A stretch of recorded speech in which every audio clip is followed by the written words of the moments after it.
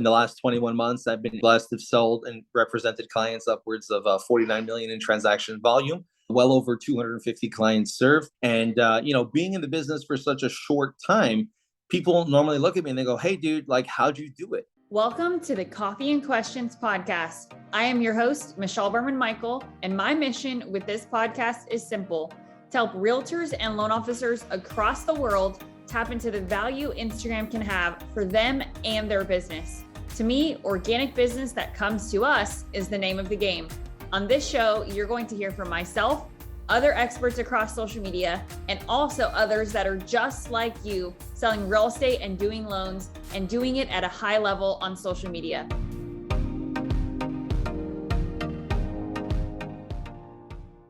All right, guys, welcome back to another episode of the Coffee and Questions podcast. I am joined by a really cool dude today. I am super excited to have this guy, Joe Brickman. Thank you so much for the opportunity. Super excited to be here. I am the modern day agent and I live in Miami, Florida. I'm a real estate agent. I've been licensed for just under 21 months.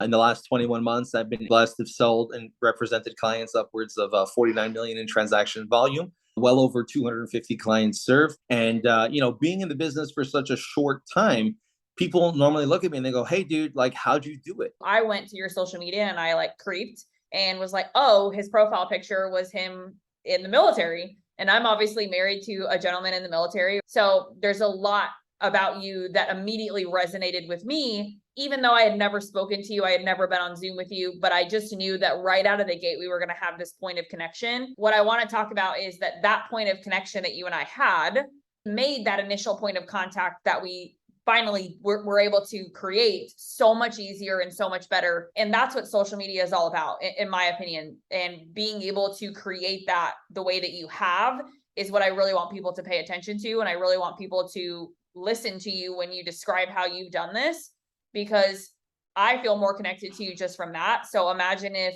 I had 2 months, 3 months, 6 months to just follow your content. I know that if I lived in Miami and I wanted to buy a house, not only do I like you, but I know that you're legit. What you said is 100% correct. Part of what I've focused on my social media is to make myself more relatable to people who come from different backgrounds. Everybody's got something unique about them. Some people come from Alabama, some people come from, Minnesota, and some people come from New York. And it's all part of where you are. But at the same time, it's what are you choosing to share with everybody? What are you choosing to highlight as part of you?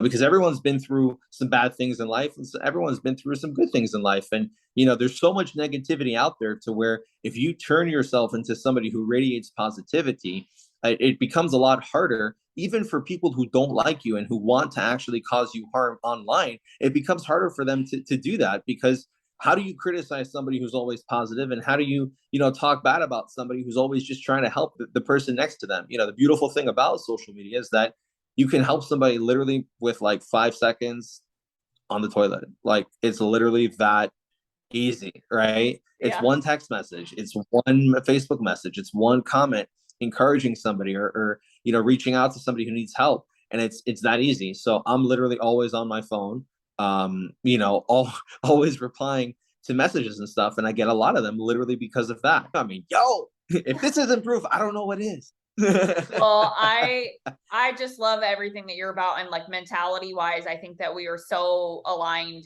in so many ways. One of the things I just want to point out is the bio, right? Creating conversation doesn't start about us. And that's one thing that I just want to point out. What does that mean, right? A bio, who do you help? How do you help them? And what's the end result that you're going to generate somebody or guaranteeing somebody when they work with you? So many people really get that wrong. And I was literally on a coaching call earlier today with a private client, and he has struggled after being in the industry for 21 years. He can still not truly deliver an elevator pitch on who he is, who he serves, how he helps them, and what's the actual result that he gets somebody. And so the entire hour was, who do you actually help? Who's that person on the other end of that screen that needs you, and why do they need you, right? You want them to come to one of your scripts and dialogues class. Why? Why should I show up to those things? And I was so excited I was interviewing you today on the same day as that, because we're talking about creating a real estate business that cannot fail despite any economic upturn, downturn, no matter what's going on politically, and what you've done by creating that on Instagram is how you're doing that. Yeah, I mean, it's a process that is a cycle that feeds into itself. Because the way it works is, like, think about it like a tire on the top of a hill, right? When you push the tire from the top of the hill, you don't have to guide the tire. The tire will guide itself. Matter of fact, if you try to push the tire, right, you might get hurt. Now, if you reverse it and you try to push the tire uphill, you have to be very, very, very careful as to how you're pushing it, because you don't want it to roll down the hill. So you tell me which one sounds easier. Pushing down. Right? Just letting it go. All you gotta do is one little push, right? And that's how this can really be described. It really takes, all you gotta do is take that first video. You gotta take that first step. You gotta prove to the people that you got what it takes to get out there and make yourself uncomfortable. I'm starting a real estate team now, and I'm sharing that with the people. And every time I share that, I tell people, listen, guys, I'm freaking out. Like, this is a big deal. There are going to be people now who are relying on me to like show up for them and to show them how to do what I do, like in a real time thing, like in an office that like I'm responsible for, that I got bills to pay. Like it's a big deal. But at the same time, I turn around and I tell people, hey guys, listen, I'm really nervous right now, but let's do it, right? Because at the end of the day, like, fear is one of those things that you can leverage to your benefit. It's energy. That's what fear is. So when you're able to, practice, and I'll be real with you, the first couple of videos that I put out were videos that I would never watch. Like, I don't watch a lot of my videos. I record it, I edit it, and I send it. And that's it. I don't go back and look, because sometimes I'll bug out. And you know what? I might not like exactly this, or I might not look exactly that, but I don't really care, because at the end of the day, the message that I was trying to be delivered was put out. And the thing that I wanted to be done was done. And the challenge that I'm doing, I'm passing, So just focusing on forward, focusing on how to react, but also how to grow. You're going to love this. The concept of soft quitting. I've been on a lot of podcasts myself personally. And one of the things that people always interview me about is that I operate with no backdoor, meaning I don't have a plan B. I don't have a backup. Like, if my business doesn't do well this month, like, I'm going to just go put my resume on Indeed or on LinkedIn and figure it out. Right. Like, I don't even, if I would have given myself that opportunity 8 years ago and believed that that was okay, I would not be sitting here running a 7-figure company, employing 6 girls across the country, 4 of which are military spouses, right? I would not have built the empire I like to think that I'm working on building. So the concept of soft quitting is something that I heard, and I've been trying to pass down to as many people as I have the opportunity to do, which is, if you're running, I don't know, a marathon, and there's 400 people that are running the marathon with you, and your goal going into it is, I want to win, right? You're like, I've been training for a whole 2 years, 3 years, whatever it is. I want to win this race. And that's how you're so amped, and you go into it and you're just like, hell yeah, I'm going to crush this. I'm for sure going to win. But then about halfway through, you're like, man, my knee is bugging me, but it's okay. If I finish in the top 10, I'm still good with that. Like, I'm not quitting totally, but I'm not going for, I'm going to win anymore. I'm okay as long as I finish in the top 10. And that, in my opinion, is the biggest epidemic going on right now in the real estate space, is that concept of soft quitting, where it's okay to not win anymore. You're okay now with just finishing in the top 10, and all of the hype, all of the energy, all of the efforts that you put in to get to the place to say I'm capable of winning, you just gave up all of that, in my opinion. And I think that what you're talking about, being committed to social media, showing up, being consistent, all of that is this thing that everybody starts the new year, right? We're what, 3 months away from 2023. So everyone I know it is going to start 2023. I'm doing social media. And then a month in, they're going to be like, well, it's okay, I did 1 video this month, so at least that's better than before. I love the fact that we get a lot of our concepts and ideas from the same people, because that's something that hit me really hard when I saw it.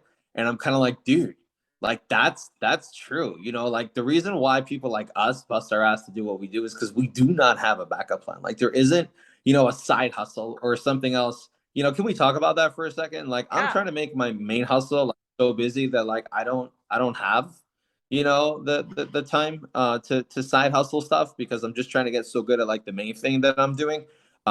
And also, I don't want it to feel like it's a hustle. I want to know that I can plug into people who love me and appreciate the value that I bring to my business and want to support me and want to refer me clients and want to talk about good about me wherever I go because I'm good at what I do. So I don't want to wake up every morning forever and feel like I'm chasing this race. I'll do it for 4 or 5 years. I've committed, to doing that. But at the same time, I don't want to end up in that space, like we were talking before, in that space where, I'm okay with just being in the top 10. I mean, this industry has been like over glorified to a point that, we're up from like 800,000 registered real estate agents and with like the NAR to like 1.2 million, almost That's almost crazy. double in the Yeah. figure. And I think that 40% of those people aren't going to be here in a year because a lot of people were just chasing, the money, and the people who chase the money are the people who soft quit, and it's never their fault. It's never their fault. It's the market. The market's shit. I mean, dude, we're running like double figure $1 million contracts every other day out of this office, not because we're the best or because I've been doing it for 25 years, but because I fucking get up every morning and make the calls.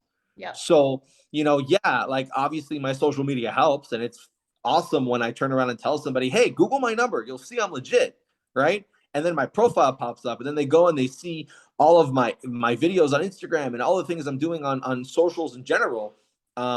Which then they feel more comfortable. But that's not it. You can't just be making the videos. You need to go out there and you need to shake. You need to DM people. I know you have a whole strategy how to do that, on how to build your following and how to engage the people who are engaging with you.